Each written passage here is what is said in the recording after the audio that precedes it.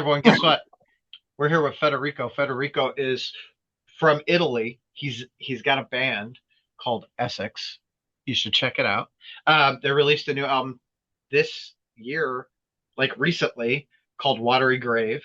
That is 6 songs and almost 60 minutes, which is fantastic. You've got, if you want a 3 minute song, you've got that. If you want a 20-minute song, you also have that. Uh, Again, thank you very much for taking time out of your day to come chat. Yeah. Hi, Tom. It's my pleasure to be here. Hell yeah. So, yeah, I know we talked a lot like last time. We talked about Watery Grave and we talked about your career.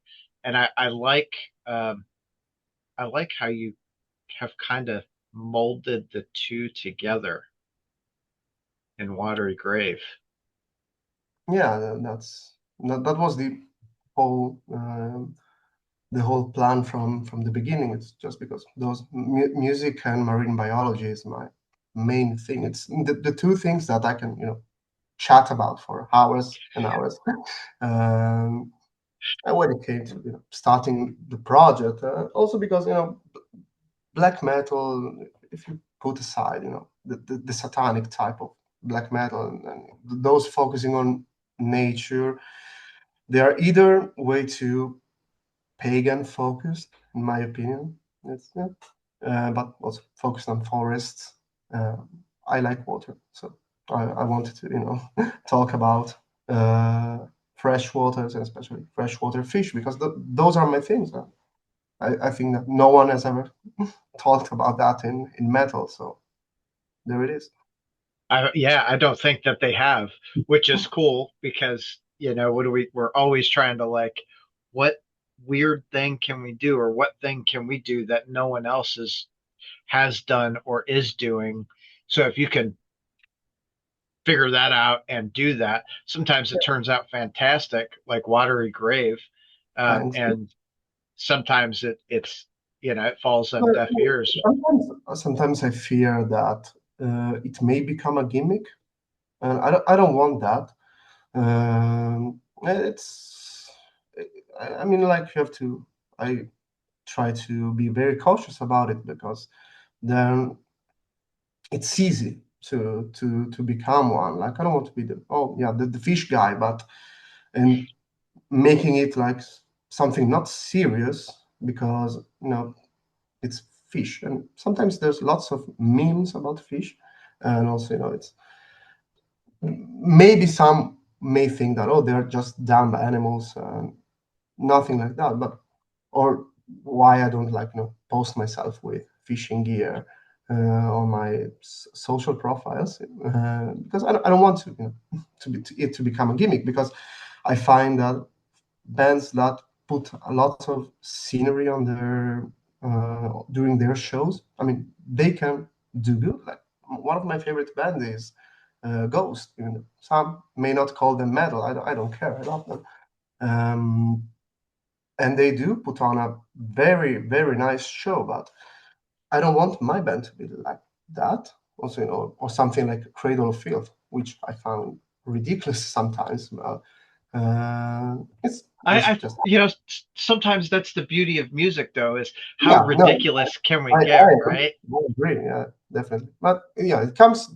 I think it comes down to the type of music that you play. Because if you're like more onto the symphonic side, then I agree that you have to put a lot of work in your scenery because that's part of the deal, and it's sort of like going to see a stage play. So you have to have the environment work for you.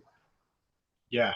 Yeah, I mean, Ghost is, I think, the perfect example, right? Like, I know a lot of people like shit on them and they don't like them or whatever, but there is a reason they're as big as they are. I mean, Yeah. the music is okay, but the live show is spectacular. I mean, You're always enthralled uh, with how they like put it together.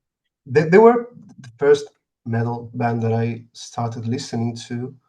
I to this day I will still defend the first 3 albums because Opus Eponymous is basically a Black Sabbath album, so there's nothing wrong with that. Or like the second one is a Blue Oyster Cult album. They're like two of the best bands ever. So why would you dislike them? But I think they deserve every bit of success that they have. Even though I'm not particularly fond of their latest stuff, I still think that live, I've seen them 5 times and always blew my mind. Yeah, I think I've seen them like 3 times, and I the first time I saw them, I had no idea who they were. Um, in our in my family, like Deftones is one of our like whenever they tour as a family, we go see them. Like that is an absolute. So they were touring probably 2013, and so we Like went to go very see beginning. Deftones. Yeah, and we get there early because I like to see the opener, and they're playing, and I'm like, holy shit! Like, what is this? Yeah. And they absolutely crushed. And I was like, man, like this is cool, this is fun, it's entertaining, it's new, especially you have Deftones who put on a good show, but it's not it's not like a play, it's not like a big elaborate production in Just that sense. people playing music. Yeah, now Ghost have evolved in a way that, yeah, you're basically seeing a play. It's beautiful. Unfortunately, I don't think I will see them again because, like, especially here in Italy, after the pandemic, ticket prices for concerts have gone like Yeah, sky high. Like the first here time I saw too. them, I paid like 20 euros. And now aside from the fact that there's a separate bit for most concerts now, so you have to pay for the gold ticket, and sometimes it can go up to 200 euros. And so, fuck that. I want small concerts. I prefer small venues. Like the last big concert I saw was Depeche Mode. I'm talking about arena concerts because it's one of my favorite bands aside that I share with my father. So we saw them together 2 times, and after that, aside from waiting in the sun for hours because it was in an arena and it was the middle of July, I was like, okay, I'm done with arena shows. No. Yeah, I am also a fan of smaller shows. I really prefer like 1 to 300 cap rooms. Like that is in my mind, that's like a perfect venue Yeah, to see a good solid band. yeah, When you start getting bigger, it's to me it just starts it loses some of the fun. Now sometimes it translates well. Like I think Cannibal Corpse again, and one of my favorites. Like to see them, I can't tell you how many times I've seen them. I mean, it's 30, 40, 50 times. And to watch them, to go from seeing them in rooms where it's like 1 to 200 people. I mean, I saw them at Louder Than Life this year, and there's probably 20,000 people watching them. yeah. No, no, Like, it's the same. Like the only band that I can speak that I have been following them ever since the beginning is again Ghost. And yeah, the first time I saw them, we were like, how 1,000 people at best, and it was after the tour that after Meliora came out, that they were touring Europe. And not the last time I saw them, we were like 10,000 people, I think. And that's the limit, right? Because I saw Agalok this year at Fortress Fest, and we were 2,000 people at best, and it was a festival yeah, because yeah, after those are like, especially in a festival scenario, if you can get a small festival and do that, I feel like the crowd is a lot more open to everything that's happening because uh, those are the diehards, the people who are like, you know what, like I'm gonna see as many bands as I can and enjoy it, and I'm gonna meet someone, and I'm gonna make some new friends. Yeah, Like that and is, more, I go to festival mainly for the people actually. Like again, unless it's a festival where Agalok is playing because they're my favorite bands, and they're ever since they got back together, they've been to Europe only 2 times, but I went seeing them both times. But aside from that, I only went to like two other festivals in my life, and most of the times I didn't care for the bands. Like, okay, if I was like this summer, I went to a festival here in Italy. It's called Frantic Fest, which is a very awesome festival because it's I think the only festival in Italy that hosts extreme metal, but is also a festival that cares for the people. So it's there's camping grounds and you can make friends so easily. Like the friend that did the cover art for Watery Grave works in the organization there, so he's one of my best friends. So it's always good to go and meet with him and other friends. So yeah, I mainly go to festivals for that.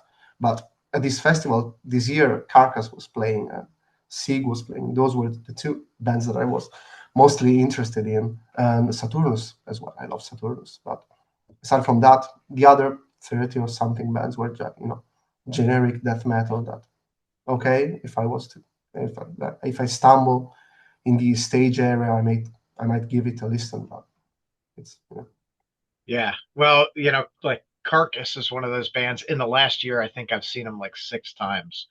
Uh, like every chance I get, I'm like, oh, I'm going to see Carcass. Oh, I'm going to yeah, see Carcass. they were really good. Unfortunately, I was not in the front rows. I was like at the mixer, so the audio quality was superb. But I was busy with a friend. We had like water pistols, and we were just shooting at people. Dude, I'm totally doing that now. Like every festival I go to, I'm gonna start taking like water guns and just Yeah, no, fill it I up. can't, I can't stand serious people at festivals, especially those who say just like this. And uh, Oh, I'm, that's have how I fun. am. I stand there like this the whole time, and I'm like, I just nod my head like this is cool. But I'm also against the wall trying to stay away from everyone because Okay. I'm old and I don't want to break a hip, like Okay, no, no, it makes sense. I prefer dancing over moshing, so it depends on the band. But for yeah, sure. no, no. Again, the only people that get a bit on my nerves are those who can't have fun because it's metal, so it's supposed to be taken seriously, and then you're seeing like Marduk, which is like a band that you can't take seriously, in my opinion.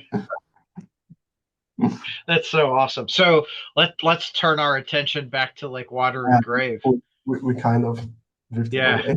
Well, No, that's all right. I like that. I like doing this because we can just chit chat a bit. So with Watery Grave, like how long did it take you to write that? no, it took me 5 years because um, it came. I started during the first first phase of the pandemic. That's when I bought an audio card and a little synthesizer because I've always wanted to write music but never had a clear idea in mind. At first, I wanted to start a rock band. Then, growing up, I wanted to go more into technical death metal than black metal. But I I had the first iteration of Esox. I think it was 2019. I had a few ideas, and I was working with another guy, but it never went anywhere. And so, yeah, Esox started 2020, but I had to also learn how to do everything by myself. So how to record, and I think you can hear it in the album that it is very, very, very homemade, and I won't do that again. I want to work with a serious producer next time. And it was the album. It's I care about it, but I I do think that it is very flawed. I don't think I've been I haven't listened to it after it came out because 5 years of listening to it all over again got tired.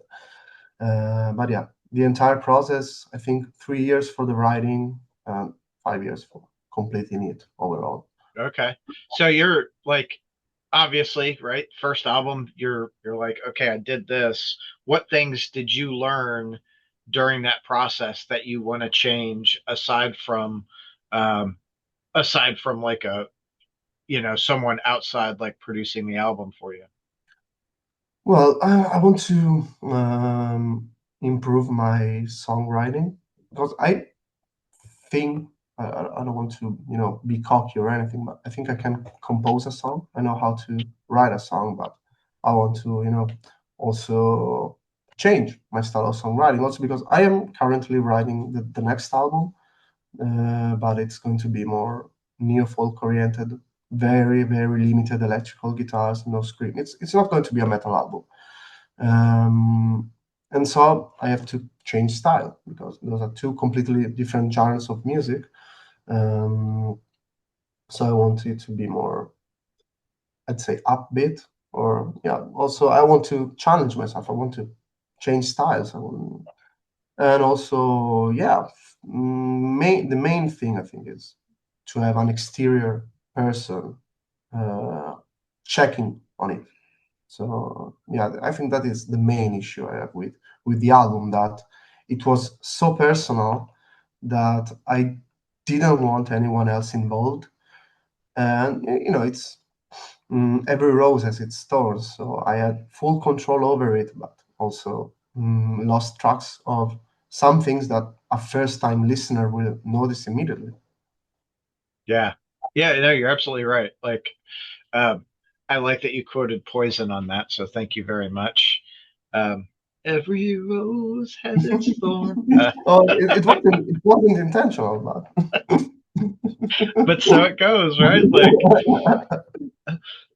I try to relate everything to music. So someone says something, I'm like, oh, that's like a song but lyric from yeah, whatever. I do the same. I do the same. It's so funny. So, um, how do you feel like the being able to meld both music and marine biology in Watery Grave like went overall for you? How did it went? Well, I think it went fine because it's a concept that I think works with long songs. Um, like take for example, "The Call of the Wretched Sea" by Hayab, or anything Hayab related, which is one of my favorite bands. It's long songs, slow songs, also the use of ambient samples also I think helped to help the feeling of water flowing. So it's all environmental samples that I took, when I went trekking, for example. Um, and also the usage of effects like reverb and chorus, I think, give the music that feeling of flowing and drifting. And I think probably the only thing that this kind of homemade production helps with the album is that it sounds sort of like you're hearing it underwater.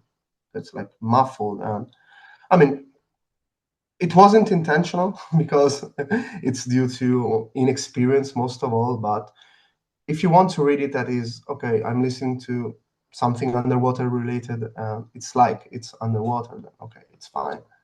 No, that was totally on purpose.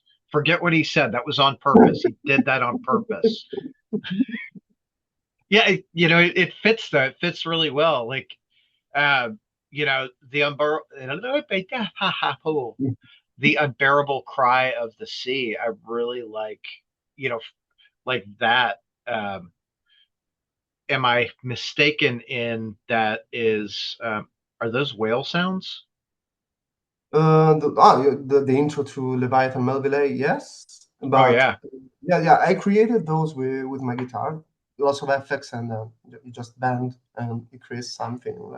Yeah, it's intentional. And then I sampled a sperm whale click sound because Leviathan Melville is this extinct sort of like sperm whale from the Miocene, so it's like 4 or 5 million years ago. No, 20 million years ago, that hunted smaller whales. And so that section sort of like mimics the hunting of, Leviathan melville. But yeah, that was on That purpose. that's fucking cool. That's cool as shit. It's it's whenever I look at an album, I always look at like how the album flows and going, like Watery Grave, I think flows song to song really well. Obviously, I'm going whale sounds, the unbearable cry of the sea, which is this song before Leviathan Melville. So I'm dumb. Oh, so don't worry, but No, yeah, no. um, it, I wrote the album track by track. Like every, I started with the first song and I went like, so it was written as not like mm, just one song, but yeah, they are meant to flow into each other. Yeah. So yeah, Well, that's your guess was right. well, I'm old, so I mean that is No, how I. No, no, no. I'm no, just saying, like, not. It's not a bad thing. Maybe when I hurt it is. But no, no. like Also because I I, do the same. I'm sorry for interrupt. I listen to albums from start to finish. So I me too. mostly I don't remember the names of the songs of many albums, especially albums that I listened to maybe once or twice. I can't remember the songs because I just put put it on Spotify or YouTube or whatever. I'm doing Yeah, and something you go else. through it. Yeah, That's yeah. that's it. You That's can. the constant process. Hit play, and then like, okay, I got something else to do. Like, oh, I like this part. Make my Yeah, little notes and shit. no, that's why I prefer physical medium, especially vinyl, because it's a more active listening. Like if you're listening on yeah, yeah, I have mine. It's over there. Yeah, mine's all the way around the room, like in those little cubes, and it's oh, dude, It's same something thing. else. Physical media is so much better. Like it forces you to like actively listen, especially on vinyl, right? Because you put it on and you've got Yeah, change depend size. depend yeah, a couple of songs, and then you're like, oh shit, nothing's on. I gotta flip it. So you pay attention. Also, right, you have the entire packaging, which it's just a ginormous piece of art. On the gatefolds, you open it up and you have everything, and sometimes the insert with lyrics, and you can read Yeah, through it. it's beautiful. It's something that Yeah, digital streaming will never be able to replace. no, not at all. Which is, Yeah, yeah, I'm not against digital media at all, but yeah, something else. But I only buy physical stuff of albums I really love. So I don't want to be overcumbered by minor releases that okay I like, but don't really care about having on CD or no, I don't. I'm totally opposite. Like if it's a band, well, if it's a band that I enjoy, I want to support them. So I will buy physical media of some sort, right? Like if you don't have a vinyl and you only have a CD, like I'll buy a CD or I'll buy a tape if that's all you have. I prefer vinyl, so I buy so much fucking vinyl. It's stupid. No, it's I respect that. It's only because I'm currently still a student, so I don't have that much money, and I will have to move. Like I already had to move my collection once, and that got me to think, okay, maybe I should sell some stuff. Only keep the stuff that I really really like. Yeah. For example, I have a first press of Stormblast by Dimo Borgir that I want to get rid of. Now that I think I can get maybe 500 or more euros for that. Hell yeah. Damn.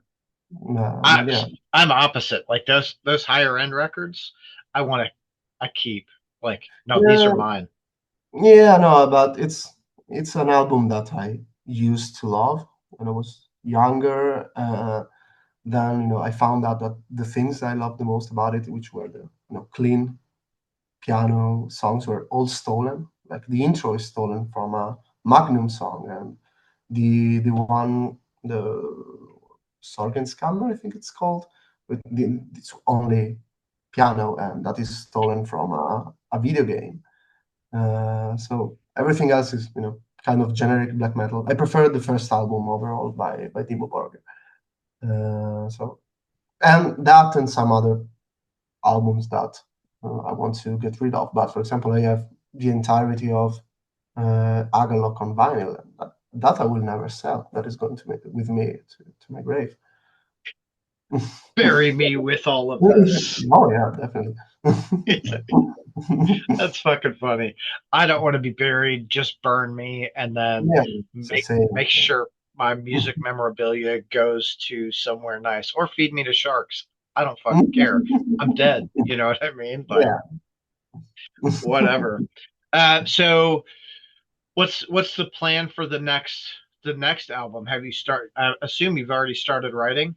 Yeah, no, I'm all I don't know if I'm almost done with the writing process because I don't know how many songs I will fit into it. I have sort of like a concept in mind, which is going to be about the reproductive cycle of salmons. So going from, when they start going upriver till they die, the more it goes on, it's going to be more and more noisy because it symbolizes the fact that they start decaying as they're still alive because um, basically their reproductive apparatus starts developing and they stop feeding, so they burn so much energy that they start decomposing before they die. So that's going to be symbolized by the album. That's why I don't want it to become a gimmick. It's not just going to be, oh, I have fish on my merch. It's going to be, okay, it's integral part of my songs. And yeah, but I only have the lyrics for one song so far. It's going to take a while because it's not my full-time job. But yeah, it's Yeah, going to be more neo-folk and industrial oriented, and maybe for another album I will come back to metal, but who knows? yeah. Wherever the journey takes you, you know what I mean. Whatever. Like that. That's so wild to think about. The life of a salmon. Um, I love salmon. I've caught salmon. I love Oh, eating salmon. do you think? I kinda, but not really now. It was mostly when I was younger, like probably up until I was about 14. My dad would, hey, we're gonna go here and do this and go there and do that. What state are you in? Well, I'm in Kentucky now, but I grew up in Michigan. Okay, lots of So rivers.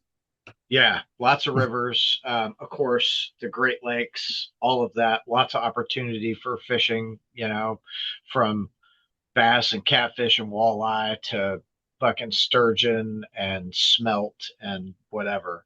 Um, so, God, that's Yeah, so weird to think. I do love United States freshwater wildlife. It's full of everything basically.